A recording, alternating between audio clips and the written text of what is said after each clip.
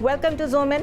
I am Zunaira Azhar. Minerals की आलमी सतह पे बढ़ती हुई अहमियत और पाकिस्तान में मिनरल इन्वेस्टमेंट फोरम 2025 का इनकाद, रेकोडेक जैसे कई नए मंसूबे ज़ेरे बहस, पॉसिबल चैलेंजेस क्या हो सकते हैं और पाकिस्तान में होने जा रहा है फर्स्ट एनुअल ओवरसीज़ कन्वेंशन, इसका मकसद क्या है? All this in zoom in today. अगर ये कहा जाए कि आजकल इंटरनेशनल पॉलिटिक्स सारी रेयर अर्थ और मिनरल्स के इर्द गिर्द घूम रही हैं तो ये गलत नहीं होगा। चाहे इन्वेस्टर हो, बिजनेसमैन हो, पॉलिटिशियन हो, ग्लोबल सिस्टम किस तरह ऑपरेट कर रहा है, सबका जो इंटरेस्ट है वो मिनरल्स में है। और लग यूँ रहा है कि आने वाले वक्त में ग्लोबल वॉर्स अगर होंगी, डिप्लोमेसी में अगर कोई प्रॉब्लम्स आएंगी या वो एक्सटेंड करेगी तो यही मिनरल्स उसके सेंटर पे होंगे। ट्रेड वॉर को देख लें, चीन ने इन्हीं रेयर अर्थ मिनरल्स की अमेरिका को एक्सपोर्ट्स पर पाबंदी लगा दी है क्योंकि ये मिनरल्स बड़ी बेसिक टेक्नोलॉजी में यूज़ होते हैं, चाहे फ़ोन बनाने हो, जहाज़ बनाने हो, बैटरीज बनानी हो। दुनिया में जिस इलाके में ये मिनरल्स मौजूद हैं वो इस वक्त बहुत स्ट्रेटेजिक अहमियत के हामिल हैं। पाकिस्तान में भी जो रिसेंटली कॉन्फ्रेंस हुई है 2025 में, जो कि पहले 2023 में फ़र्स्ट टाइम हुई थी, उसमें गैर मुल्की सरमायाकार काफ़ी इंटरेस्ट ले रहे हैं। काफ़ी सक्सेसफुल ये फोरम हुआ है, लेकिन जो ड्यू लेजिस्लेशन है, जो ड्यू पॉलिसी है, उसको लॉजिकल एंड तक ले जाने के लिए अभी काफ़ी काम बाकी है। मिनरल इन्वेस्टमेंट फोरम 2025 सक्सेसफुली मुनक्कद हो गया है। इंटरनेशनल इन्वेस्टर्स ने उसमें बहुत ज़्यादा शिरकत की है, लेकिन ये एक कोर इशू है टू अंडरस्टैंड कि इस वक्त जो इक्तसादी सलामती है और जो कौमी सलामती है, ये सब एक वेंटेज पॉइंट पे खड़े हैं। इसमें पॉलिटिक्स कितनी हो रही हैं, इसमें हमने पॉलिसी पेपर अभी तक कोई देखा है या नहीं देखा, और इसके लिए कोई स्ट्रेटेजिक कम्युनिकेशन का लाए अमल तैयार किया गया है गवर्नमेंट की तरफ से। ये वो बेसिक क्वेश्चंस हैं जिन्हें डिस्कस करेंगे। हमारे साथ मौजूद हैं coordinator to prime minister Rana Ehsan Afzal और साथ security and IR expert Qamar Cheema sahab. Thank you so much both of you for joining us. Rana Ehsan sahab, आपसे स्टार्ट करती हूँ। यूँ लगता है कि पूरी ग्लोबल इकोनॉमी एंड पॉलिटिक्स, तकरीबन सभी रेयर अर्थ, रेयर मेटल्स और मिनरल्स के इर्द गिर्द अब रिवॉल्व कर रही है, और जिस तरह हर सेंचुरी की एक मार्केट होती है, this is the market now. अगर आप इंटरनेशनली भी देखें तो इसकी वैल्यू बहुत बढ़ गई है, और पाकिस्तान में तो ये दूसरी दफ़ा 2023 में पहला फोरम हुआ था और अब 2025 में ये मिनरल इन्वेस्टमेंट फोरम हुआ है। तो 23 से लेके अभी तक की कॉन्टिन्यूटी जो है, अगर आप उसको थोड़ा सा असेस करें तो आपको उसमें कुछ हम आगे बढ़ते नज़र आए हैं या चीज़ें अभी सिर्फ ब्लूप्रिंट तक ही महदूद हैं? बिस्मिल्लाहिर्रहमानिर्रहीम, बहुत शुक्रिया। देखिए, मैं कुछ कहूँ उससे बेहतर है कि जो बैरिक गोल्ड के जो चीफ एग्जीक्यूटिव ऑफ प्रेसिडेंट थे, उनका इंथुजियाज्म, उनका कॉन्फिडेंस, उनका जो पाकिस्तान के अंदर जो मिनरल्स का पोटेंशियल है, वो मेरे ख्याल से गवाही दे रहा है कि चीज़ें जो हैं वो बेहतरी की तरफ हैं और जो पोटेंशियल है पाकिस्तान में वो मैसिव है। अब उन्होंने ये कहा कि 2028 में कॉपर की माइनिंग रेकोडेक में शुरू हो जाएगी, तो this will be a big step forward, क्योंकि पाकिस्तान में ये पहली ऐसी माइनिंग होगी मिनरल्स की जो कि एक मैस लेवल पे होगी, और कॉपर जो है वो माइन होना शुरू हो जाएगा।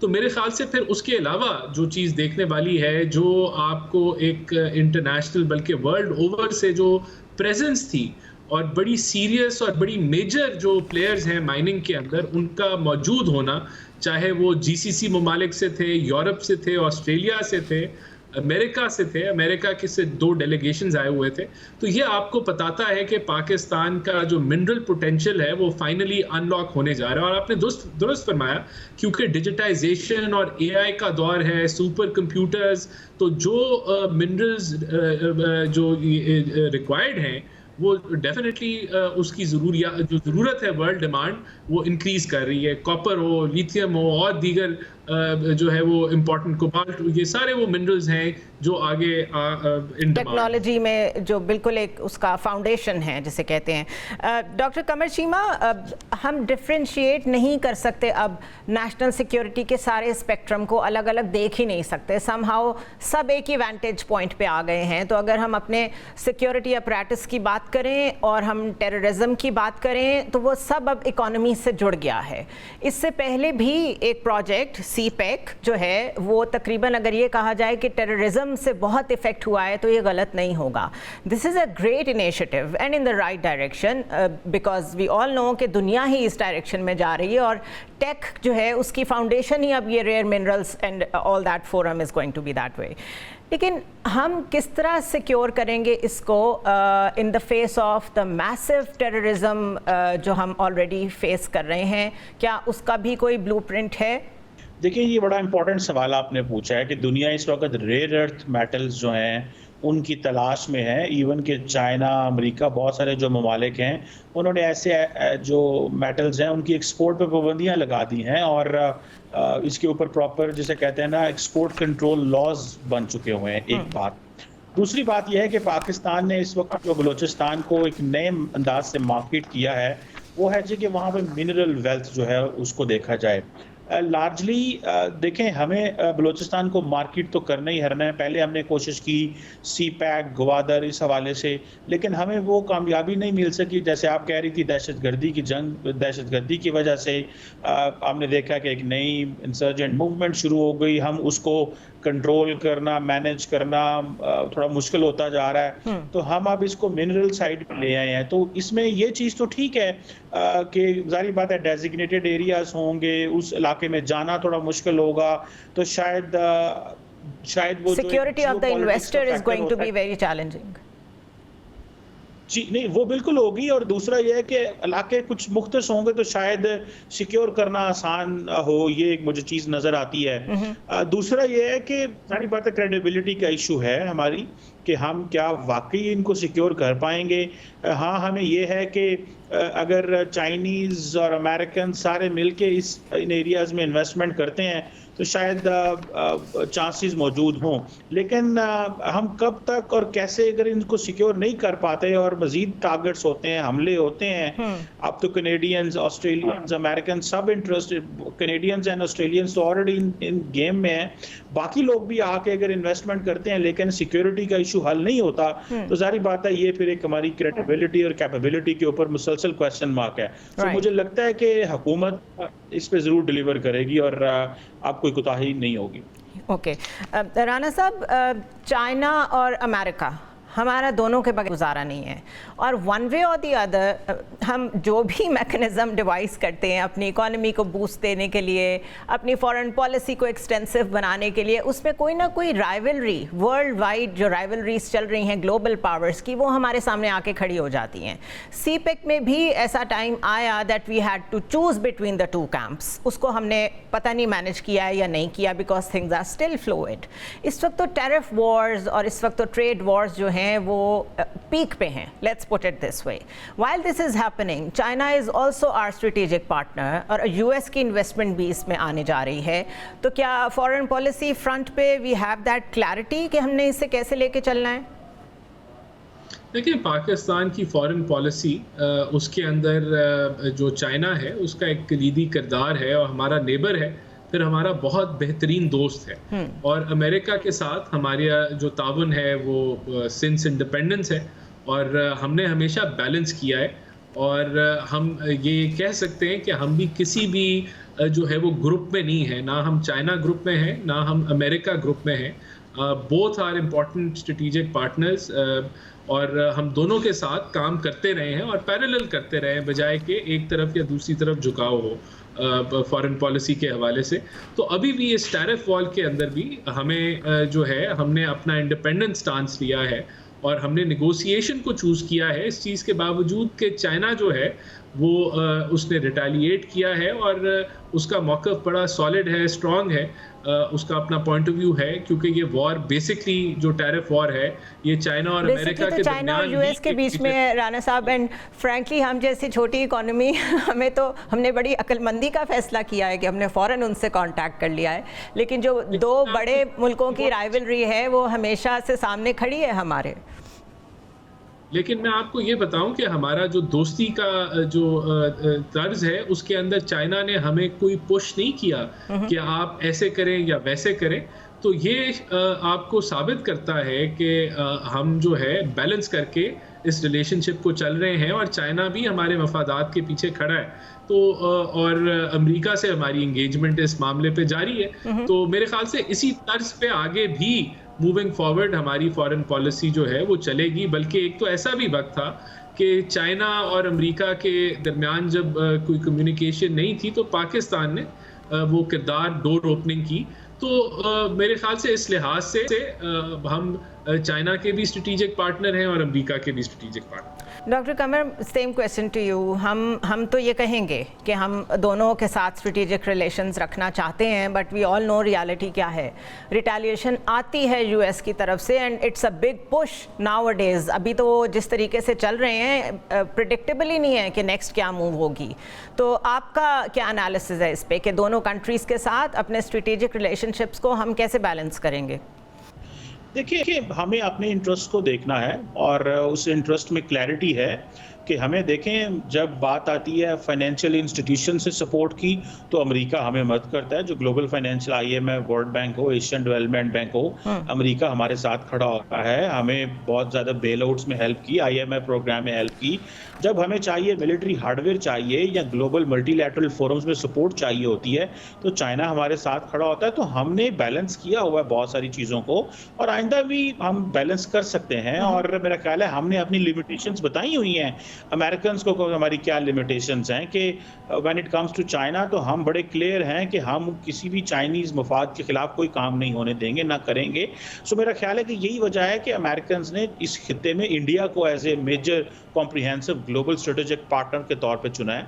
और हम जारी बात है अमेरिका के एक इम्पॉर्टेंट एलाय हैं और पर्टिकुलरली अमेरिका हमें काउंटर टेररिज्म के लेंस से देखता है। इन रिटर्न वो हमें इकोनॉमिक सपोर्ट भी देते हैं, इकोनॉमिक कोऑपरेशन भी रखते हैं, हर तरह की मदद करने को तैयार हैं। सो मेरा ख्याल है कि दोनों जो ममालिक हैं, आप देखें ना, मिलिट्री हार्डवेयर हमें अमेरिकन नहीं देते तो हम चाइना से इंपोर्ट करते हैं और अमेरिकन को बड़े अच्छे से इस चीज़ का अंदाजा है। बाकी उनको भी इसमें कोई प्रॉब्लम नहीं है। लार्जली उनको पता है the more Pakistan gets from China the more India gets insecure, तो उनके लिए वो बड़ा अच्छा है। सो मेरा ख्याल है कि वो हमारे साथ दोनों मुल्कों को ही हमें बैलेंस करना, और हमारी बड़ी क्लियर पॉलिसी है कि हम किसी भी कैंप का हिस्सा नहीं है और ब्लॉक पॉलिटिक्स में हम नहीं जाएंगे। डिस्कशन को कंटिन्यू करते हैं, but stay with us, it's time for a short break. Welcome back to the show once again. और डिस्कशन को फिर से वहीं से स्टार्ट करते हैं जहां पे हमने छोड़ा था। राना एहसान अफजल साहब, आपको पता है पाकिस्तान में हर चीज़ पे पॉलिटिक्स होती है, फॉर्चुनेटली और अनफॉर्चुनेटली। और ये जो माइंस एंड मिनरल्स बिल का मसला है, इस पे एक दफ़ा फिर पॉलिटिक्स स्टार्ट हो गई हैं। But before I get to that, एक और इशू भी है, और वो ये है कि ये माइनिंग इंडस्ट्री और ये मिनरल्स का जितना भी डिपार्टमेंट है, ये बेसिकली उन एरियाज़ में है जहाँ पे ऑलरेडी सिक्योरिटी कंडीशंस बड़ी ख़राब हैं और इंडिजिनस लोगों को शायद कॉन्फिडेंस विन करना बहुत ज़रूरी है। बलूचिस्तान के जो लोकल्स हैं उनको ये बताना कि यहाँ पर आपका हिस्सा इसमें कितना होगा, अगर यहाँ इंडस्ट्री स्टार्ट होती है, प्रोजेक्ट स्टार्ट होते हैं, उसका लोकल लोगों को कितना फ़ायदा होगा, ये एक डिफरेंट स्पेक्ट्रम है। क्या इस पे भी काम हो रहा है? बिकॉज ऑलरेडी हम देख रहे हैं बलूचिस्तान में जो सूरत हाल है और KP में जो सूरत हाल है, तो लोगों को साथ लेके चलना बहुत ज़रूरी होगा इस तरह के प्रोजेक्ट्स के लिए। देखिए, डेफिनेटली जो लोकल्स हैं उनके ऊपर इन्वेस्टमेंट करना, वहाँ सोशल इकोनॉमिक मौके पैदा करना, चाहे वो स्कूलिंग के हों, हेल्थ के हों, एजुकेशन के हवाले से हों, ये जिम्मेदारी थी। और आपने देखा कि बैरक गोल्ड और रिकोडिक के हवाले में भी वहाँ भी काफ़ी इसके ऊपर जो है वो चीज़ें हुई हैं। जो तो मेरे ख्याल से ये जो हार्मोनाइजेशन है मिनरल्स की पॉलिसी के ऊपर जो लेजिस्लेशन की जा रही है, वो वफाक और जो सूबे हैं उनके आपस में एक कोऑर्डिनेशन का मैकेनिज्म है, और इन्वेस्टर के लिए एक ऐसी लेजिस्लेशन लाना है कि उसके लिए आसानी हो पाकिस्तान में इन्वेस्ट करने के लिए। और देखें, जहाँ तक ऑटोनॉमी की बात आती है, सूबों के इख्तियार की बात आती है, इससे बड़ी गवाही आपको नहीं मिल सकती कि KPK के CM ने इसके ऊपर तस्दीक की कि ना ऑटोनॉमी सूबों की जो है अफेक्ट हो रही है इन मामलात पे फैसला करने की, और ना ही किसी किस्म की उनका जो उनके पास जो डिसीजन मेकिंग है उसमें जो राइट्स हैं, डिसीजन मेकिंग है, उसमें कोई कमी लाई जा रही है। बहरहाल ये अफसोसनाक है कि अलीमा खान साहिबा ने डायरेक्ट कहा कि जब तक हमें खान के हवाले से कोई आप फैसिलिटेट नहीं करेंगे तो तब तक हमें इस बिल को पास ही नहीं करना चाहिए, जो कि शो करता है कि हमारी पोजीशन की जो जिम्मेदारी होती है कि कम से कम मुल्की मफाद के लिए स्टैंड लेना, बल्कि अगर मुल्की मफाद हर्ट हो रहा है तो उसको उसके ऊपर गवर्नमेंट को आईना दिखाना। लेकिन यहाँ तो सरेहन ब्लैकमेलिंग की जा रही है कि अगर हमारे सेल्फिश और पर्सनल इंटरेस्ट्स के ऊपर कोई मूवमेंट ना हुई सियासी तौर पे, तो हम नेशनल इंटरेस्ट के ऊपर कोई काम नहीं करेंगे, तो अफसोसनाक है। राइट। कमर चीमा साहब, यही एंगल मैं आपसे डिस्कस करना चाहूँगी। मैं एक रिपोर्ट पढ़ रही थी ऑन सैंडक, जिसमें ये था, बड़ा क्लियरली था कि उस कॉन्ट्रैक्ट में जो कुछ हुआ उससे लोकल्स बहुत नाराज़ हैं। और इस वक्त जो सिचुएशन है, अगेन सिक्योरिटी लेंस से चीज़ों को देखना पड़ता है, बिकॉज टेररिज्म इतनी पीक पे है। तो आपको लगता है कि गवर्नमेंट को ये टू वे लेके चलना पड़ेगा? गवर्नमेंट्स के साथ तो चलने इंगेज वो कर ही रहे होंगे, बलूचिस्तान में भी, केपी में भी, लेकिन लोगों को भी विन करना पड़ेगा अगर इस प्रोजेक्ट ने, इस सारे कॉन्सेप्ट ने फ्लरिश करना है तो। बिल्कुल सही कहा आपने, और मेरा ख्याल है अब गवर्नमेंट के पास कोई किसी किस्म की जो है वो लेवरेज नहीं रह गई कि वो आप इग्नोर कर सकते हैं। और ख़ास तौर पे इस वक्त आप 75-77 साल के बाद अभी भी बलूचिस्तान में लोग ये कह रहे हैं जी कि सुई गैस में जो गैस है वो हमारी ले जाते हैं, और ये एक इम्प्रेशन चल रहा है। मेरा ख्याल है मिनरल सेक्टर में ये जो पैसा बलूचिस्तान का, केपी का, पंजाब का, जिसको जो एक फार्मूला आता है एनएफसी के तहत या वैसे, इस हवाले से वो देना भी चाहिए और आवाम को भी बताना चाहिए। और फेडरल गवर्नमेंट को चाहिए कि वो खुद भी पब्लिसिटी करे और बलूचिस्तान और केपी और इन सूबों को बताए कि हम कितना पैसा आपके लिए ऑलरेडी दे रहे हैं, लेकिन अगर आपकी जो प्रोविंशियल गवर्नमेंट है वो पैसा नहीं लगा रही तो उसका कौन जिम्मेदार है। सो मेरा ख्याल है कि ये भी थोड़ा सा इस एंगल से भी बात करने की जरूरत है, क्योंकि पॉलिटिशियंस के राब्ते ऐसे होते हैं कि वो खामोश रहते हैं एक दूसरे के लिए। लेकिन मेरा ख्याल है कि फेडरल गवर्नमेंट को प्रोविंशियल जो सूबे हैं वहाँ पे अवाम को कॉन्स्टेंटली इंगेज करना चाहिए। और मेरा ख्याल है राना साहब यहाँ पे बेटर पोजीशन में बैठे हुए हैं, वो बताएं कि भाई एनएफसी में हम कितने आपको पैसे दे देंगे, ये मिनरल्स के सिलसिले में कितना पैसा जाएगा। जितना ज़्यादा ट्रांसपेरेंसी रख के इन लोगों को बताया जाएगा, उतना ज़्यादा मरकज़ के बारे की रेपुटेशन भी अच्छी होगी, जो वहाँ पे लोकल पॉलिटिशियंस हैं उनके ऊपर भी प्रेशर पड़ेगा, और at least at the end of the day अवाम की जो पोजीशन है वो भी बेहतर होगी, और ये जो मिसट्रस्ट है सेंटर एंड प्रोविंसेस के दरमियान, ये भी ख़त्म होगा। राना एहसान साहब, ये एक फैक्ट है कि नैरेटिव बिल्डिंग जो है वो अब इतनी ज़रूरी हो गई है कि चाहे आप कुछ भी डिलीवर ना कर रहे हो, लेकिन अगर आपका नैरेटिव बड़ा स्ट्रॉन्ग है तो लोग आपसे खुश रहते हैं। But at the same time आप बहुत अच्छा काम कर रहे हो, लेकिन आपका नैरेटिव एब्सेंशिया में हो, आपका पॉइंट ऑफ व्यू हो ही ना मौजूद, तो वो इट गोज़ इन नो वे। वो आपको सर्व क्या करता है, वो काउंटर प्रोडक्टिव हो जाता है राधा, क्योंकि जो दूसरी साइड का नैरेटिव है वो ये शो कर देता है कि आप तो कुछ कर ही नहीं रहे। ये जितने भी मामलात इस वक्त गवर्नमेंट लेके चल रही है इकॉनमी रिवाइव करने के लिए, अपने वफाक के साथ सूबों के जो ताल्लुकात हैं उसको बेहतर करने के लिए, इसके लिए you need a very consistent narrative. और वो इंफॉर्मेशन डिपार्टमेंट करे, वो कोई भी करे, वो अब ओल्ड स्कूल से नहीं हो सकता। There is a huge social media presence जो आपके अपोनेंट्स हैं उनकी, और वो उसमें हमें जीतते हुए नज़र आते हैं डिस्पाइट द फैक्ट कि there is a lot of disinformation and misinformation. तो आप इसको शोकेस करेंगे कैसे to the people? That is the major question. जिस तरह के कमर चीमा साहब ने भी कहा कि अगर आपने पॉलिटिशियंस को बहुत पैसे भी दिए हों एनएफसी के तहत, तो उसका वाइट पेपर निकाल दें, दिखाएं, लोगों को पता होना चाहिए कितने पैसे आते हैं और वो कहाँ जाते हैं।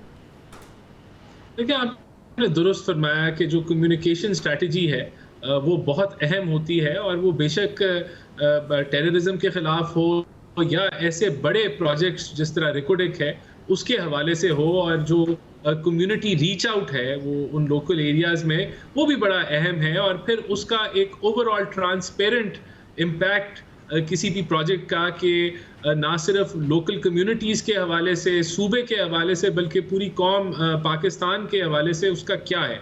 तो देखें, हर प्रोजेक्ट जिस तरह रिकोडेक है, इट इज़ एब्सोल्युटली क्लियर कि 25% रिकोडेक जो है वो सूबे का है, और 25% वफाक का है, और 50% जो है फॉरेन इन्वेस्टर का है। तो सूबे का जो रेवेन्यू होगा, जो भी प्रॉफिट्स होंगे, वो 25% उसकी ओनरशिप सूबे की होगी, और सूबे का फिर फ़र्ज़ है कि वो पहले उसको जो लोकल कम्युनिटीज़ हैं वहाँ उधर उसकी अपग्रेडेशन के ऊपर इस्तेमाल करे, और फिर बाकी सूबे की बेहतरी के लिए करे। और वफाक में भी जब वहाँ से रेवेन्यू आता है तो वो वफाक को भी चाहिए कि उधर, और बिल्कुल आप सही कह रहे हैं कि इसका हल एक यही है कि वाइट पेपर्स निकाले जाएं, इंफॉर्मेशन को वेबसाइट्स के ऊपर, सोशल मीडिया के जरिए, अब तो एक्स के हैंडल और दीगर जो प्लेटफॉर्म अवेलेबल हैं वहाँ ये इंफॉर्मेशन कॉमन नॉलेज के उसको किया जाए, ताकि एक आम आदमी को पता चले कि क्या हो रहा है और प्रोपेगेंडा बीट किया जाए। तो ये कम्युनिकेशन स्ट्रैटेजी का हिस्सा होता है इन प्रोजेक्ट का, लेकिन ये एक प्रायोरिटी होनी चाहिए और ये सब कामों से ज़्यादा ज़रूरी वाकई ये होता है। राइट। ब्रीफली डॉक्टर कमर चीमा, आपको लगता है इस तरह के प्रोजेक्ट्स के बाद सिक्योरिटाइजेशन ऑफ द स्टेट का कॉन्सेप्ट पाकिस्तान के बारे में बन गया है कि ये सिर्फ सिक्योरिटी है और कुछ भी नहीं है यहाँ पे, हम आहिस्ता आहिस्ता उसको डिस्पेल कर रहे हैं दुनिया के सामने? देखिए, ये टाइम लगेगा, और देखें चाइनीज़ के हवाले से हमने देखा कि जो बहुत सारे वेस्टर्न ममालिक थे वो ये कहते थे कि आप चाइना को बहुत ज़्यादा अहमियत देते हैं और वो उनको सिक्योरिटी भी दी जाती है, बिडिंग में भी वो बहुत आगे चले जाते हैं, प्रोजेक्ट्स भी उनको ज़्यादा मिलते हैं। तो मेरा ख्याल है कि अब वो जो एक इम्प्रेशन है वो थोड़ा ज़ायल होगा। और दूसरा, मैं समझता हूँ कि ये पाकिस्तान की वाकई अब इसमें कोई इफ़ एंड बट्स नहीं होंगे, अब किसी किस्म की हम वक्त ज़ाया नहीं कर सकते। और अगले दिन प्राइम मिनिस्टर भी कह रहे थे, तो मुझे लगता है कि और ज़ाहिर बात है इसमें मिलिट्री इस्टेब्लिशमेंट भी ऑन बोर्ड है, सारे ऑन बोर्ड हैं कि ये ही मिनरल रिसोर्सेज एक ऐसी चीज़ है जो हमें बहुत ज़्यादा सपोर्ट कर सकती है, और ये हमारा इंप्रेशन भी ठीक इससे हो सकता है। और हम मज़ीद कंपनीज़ को कहेंगे कि वो आके यहाँ इन्वेस्ट करें और जितनी मिनरल्स निकाल सकते हैं निकालें, ताकि हम अपने कर्ज़ों से भी जान छूटे, हमारा इमेज भी बेहतर हो, बलूचिस्तान भी तरक्की करे। और over the period of time ये जो इंप्रेशन है जी कि यहाँ पे सिक्योरिटी कायम है, जब लोगों के पास रिसोर्सेज जाएंगे, पैसा जाएगा, एटलीस्ट एंड यूज़र तक चीज़ें जाएंगी, तो मेरा ख्याल है एनवायरनमेंट भी बलूचिस्तान में बेहतर होगा और दहशतगर्द तंजीमों की कमर टूटेगी कि वो लोगों के अंदर वो प्रोपेगेंडा नहीं कर पाएंगे। सो अगले कुछ सालों में मिनरल्स जो हैं वो पाकिस्तान को टर्न अराउंड कर सकते हैं अगर हम कंसिस्टेंट रहें, केयरफुल रहें और प्रॉपर्ली मेहनत करते रहें और डिलीवर करवाएं और आवाम को ऑन बोर्ड रखें। बहुत शुक्रिया डॉक्टर कमर चीमा और राना एहसान अफजल साहब, आप दोनों ने हमें ज्वाइन किया। The fact of the matter is के प्रोजेक्ट तो सारे ही बहुत इंपॉर्टेंट होते हैं and once they are realised and contextualised, तो सबसे पहले जो बात सामने आती है वो ये कि आप उसे लोगों तक कम्युनिकेट कैसे करते हैं। स्ट्रेटेजिक कम्युनिकेशन का दौर है। अब आपके सामने जितने लोग हैं, चाहे वो एक छोटा सा कोई घर बैठा हुआ टेक एंटरप्रेन्योर हो या वो गवर्नमेंट हो, एवरीबडी इज़ ऑन एक्स। हर कोई डिजिटल मीडिया पे बैठे हुए अपने आप को शोकेस कर रहा है। इसीलिए कहा जाता है कि जितनी ट्रांसपेरेंट गवर्नमेंट होगी, जितना आप अपने डॉक्यूमेंट्स को एक्सेसिबल बनाएंगे, जितना अपनी पॉलिसी को डिबेटेबल बनाएंगे, उतने ज़्यादा चांसेस होते हैं कि आगे जाके वो कंट्रोवर्शियल ना हो और अपने लॉजिकल एंड तक पहुंचे और वो फ़ायदे दे जिनके लिए वो बनाई गई थी। So this is the blueprint so far कि पाकिस्तान मिनरल इंडस्ट्री को लेके आगे बढ़ना चाह रहा है। Let's hope for the best. Break की तरफ जाएंगे और जब वापस आएंगे तो कुछ बात करेंगे ओवरसीज़ पाकिस्तानीज़ की। Stay with us. Welcome back to the show once again. Pakistan में पहला सालाना ओवरसीज़ पाकिस्तानी कन्वेंशन मुनक्किद होने जा रहा है 13 से 15 अप्रैल तक। वी ऑल नो स्टैट्स भी मौजूद हैं कि उनकी भेजी हुई रेमिटेंसेस जो हैं उनका एक बहुत बड़ा रोल है पाकिस्तान की जीडीपी में और गैर मुल्की अदायगियों में, लेकिन हम उनको जवाब में फैसिलिटेट करते हैं या नहीं करते हैं, ये बहुत डिबेटेबल चीज़ है। जितना वो कंट्रीब्यूट कर रहे हैं उसके मुकाबले में यकीनन नहीं करते। अभी इसी साल के पहले 3 माह में तकरीबन 8 अरब 80 करोड़ डॉलर रेमिटेंसेस की शक्ल में उन्होंने कंट्रीब्यूट किया है टू आवर इकोनॉमी। बट अगर ये कहा जाए कि ओवरसीज़ पाकिस्तानीज़ का फुल पोटेंशियल हम एक्चुअलाइज नहीं कर सक रहे और रादर उस पर पॉलिटिक्स ज़्यादा होती हैं, तो ये गलत नहीं होगा। डिस्कस करते हैं ये सारा जो फोरम मुनक्किद हो रहा है, इसका पर्पस क्या है और क्या इवेंचुअली गवर्नमेंट ने ये रियलाइज़ किया है कि इस पोटेंशियल को भी टैप करने की ज़रूरत है थ्रू प्रॉपर मीन्स। हमारे साथ मौजूद हैं सैयद कमर रज़ा जो कि चेयरमैन हैं ओवरसीज़ पाकिस्तान फाउंडेशन के। कमर साहब, thank you so much for joining us. ये जो पहला 3 रोज़ा ओवरसीज़ पाकिस्तानीज़ कन्वेंशन कल से स्टार्ट हो रहा है इस्लामाबाद में, कुछ आप बताना चाहेंगे? What is the purpose? और ये एक ब्रिज होगा between the overseas and the government of Pakistan, how would that work? Ma'am, सबसे पहले तो मैं आपका शुक्रगुजार हूँ कि आपके तवसत से आपके नाज़रीन और सामीन से बात करने का मौका मिल रहा है। जो कन्वेंशन है जी, ये जो ओवरसीज़ पाकिस्तानीज़ हैं उनका एक एक्स्ट्रा ऑर्डिनरी रोल है पाकिस्तान की मईशत में, पाकिस्तान की इमेज बिल्डिंग में। तो मैं समझता हूँ कि ये बहुत इम्पोर्टेंट है जो ओवरसीज़ पाकिस्तानीज़ है उनका और गवर्नमेंट ऑफ पाकिस्तान के जिनके पास इख्तियार है या इक़्तिदार है उनके साथ बैठना, ताकि जो ओवरसीज़ के इश्यूज़ हैं वो भी समझा सकें और जो ओवरसीज़ किस तरीके से जो अपना कंट्रीब्यूशन है उसको बेहतर कर सकते हैं, एनहांस कर सकते हैं, वो अपना रोल बेहतर कर सकें। राइट, बेसिकली जो ओवरसीज़ को प्रॉब्लम्स पेश आती हैं, फॉर एग्जांपल कई दफ़ा उनका जो आईडी कार्ड होता है वो नहीं बन पा रहा होता, पासपोर्ट्स नहीं बन पा रहे होते, मैं बिल्कुल बेसिक चीज़ों की बात कर रही हूँ। क्या ये रियलाइजेशन गवर्नमेंट में मौजूद है कि जहाँ भी रिस्पेक्टिव एम्बेसीज़ हैं उनको भी एक्टिवेट करना पड़ेगा? अगर गवर्नमेंट ऑफ पाकिस्तान यहाँ ये अरेंज कर रही है सेमिनार, तो फिर इसके ऑफ शूट के तौर पे तकरीबन सारे प्रोटोकॉल्स को टच करना पड़ेगा कि जो प्रॉब्लम्स हैं वो मल्टी फेसेटेड हैं, तो उनको एड्रेस किया जाए। Do you think that government is committed to do that?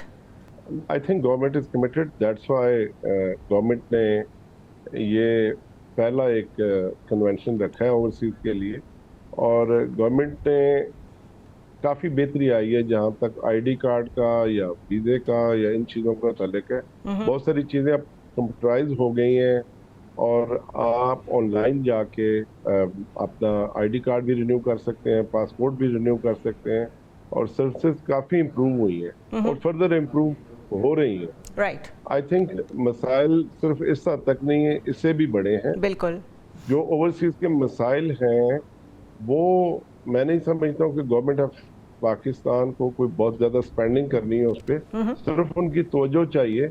और जो मैं समझता हूँ कि अभी उनकी तवज्जो इस तरफ है कि ओवरसीज का जो कंट्रीब्यूशन है पाकिस्तान की इकॉनमी में वो एक्स्ट्राऑर्डिनरी है, हम किस तरीके से इसको बेहतर करें, वो कंट्रीब्यूट बेहतर कर सकें, और सेकेंडली जो ओवरसीज को मसाइल दरपेश हैं उसको कैसे एड्रेस किया जाए। आप थोड़ा सा बताना चाहेंगे, बात है, आप थोड़ा सा अगर रोशनी डाल दें कि ओवरसीज के असल मसाइल हैं क्या?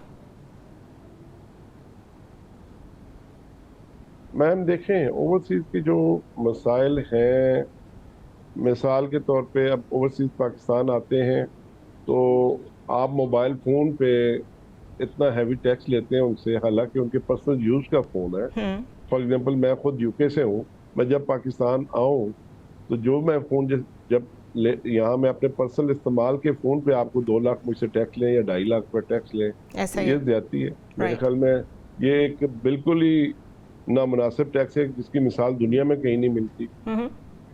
इसी तरीके से ओवरसीज जो हैं उनको जो रिपेट्रेशन ऑफ मनी है उसका एक इश्यू है कि मेरे अगर पैसे, मेरी जायदाद या मेरी कोई चीज़ यहाँ पे है और मैं अपने जिस मुल्क में रह रहा हूँ, अगर मुझे उस चीज़ की वहाँ ज़रूरत है तो मैं उसको ले जा सकूँ यहाँ से। इसी तरीके से जो ओवरसीज हैं वो चाहते हैं कि हमें जो पॉलिटिकल रिप्रेजेंटेशन दी जाए यहाँ की असम्बलीज में, ताकि जो ओवरसीज के इश्यूज हैं वो दैट इज़ रियली इम्पॉर्टेंट। मतलब ये मेरे लिए नई चीज़ है।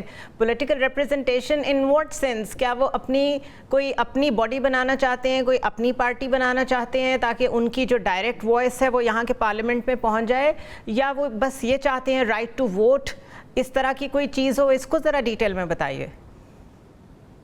देखिए, राइट टू वोट तो है, पर जिस तरह की वोट की लोग बात करते हैं, मैं ये नहीं कहता हूँ कि ओवरसीज को लॉलीपॉप दिया जाए।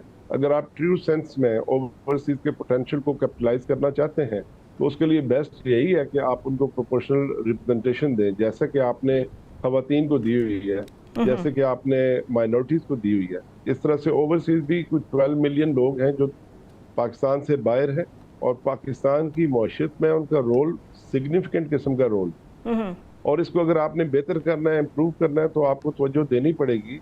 आपको लगता है कि गवर्नमेंट ये बात मानेगी? करना चाहिए। अगर आप ओवरसीज के पोटेंशियल को कैपिटलाइज करना चाहते हैं, यूटिलाइज करना चाहते हैं, तो क्यों नहीं करेंगे? ऑलराइट, बहुत बहुत शुक्रिया। कि इस चीज की अंडरस्टैंडिंग है, तभी सियासी पार्टियों ने अपने मैनिफेस्टो में ये पॉइंट रखता जी, हूँ। बट हमारे यहाँ manifestos to be very crude कोई इतनी ज़्यादा अहमियत रखते नहीं हैं, चीज़ें उसमें डाल दी जाती हैं, उसके लिए एफर्ट्स नहीं की जाती। जो मैं आपसे इत्तेफाक करता हूँ इस बात। जो रिस्पेक्टिव काडरे होता है, जिस तरह आज आप ओवरसीज़ पाकिस्तानीज़ को रिप्रेजेंट कर रहे हैं, जब तक वो इनिशिएटिव नहीं लेता दूसरी पार्टीज़ पे बैंक करना कोई इतनी समझदारी होती नहीं है। बहरहाल थैंक यू सो मच, आपने हमें ज्वाइन किया। सैयद कमर रज़ा आप जो कि चेयरमैन हैं overseas Pakistan foundation, this is a very good step कि फाइनली गवर्नमेंट ने ये रियलाइज़ किया है कि टैप करना चाहिए वो पोटेंशियल जो रेमिटेंसेस की शक्ल में पहले ही बैकबोन है ऑफ आवर इकोनॉमी, और वो और भी बहुत कुछ कर सकता है, तो why not incorporate them into the system directly. But I hope कि ये फोरम जो है इसके बाद जो इसका फॉलो अप हो, इसमें जो डिसीजंस हों, वो प्रॉब्लम्स जो अपनी सामने रखें उनको एड्रेस भी किया जाए और एक कॉन्टीन्यूटी ऑफ पॉलिसी नज़र आए। वरना यूजुअली फोरम्स हो जाते हैं, कमिटमेंट्स भी हो जाती हैं, उनको ऑनर नहीं किया जाता। I will see you tomorrow.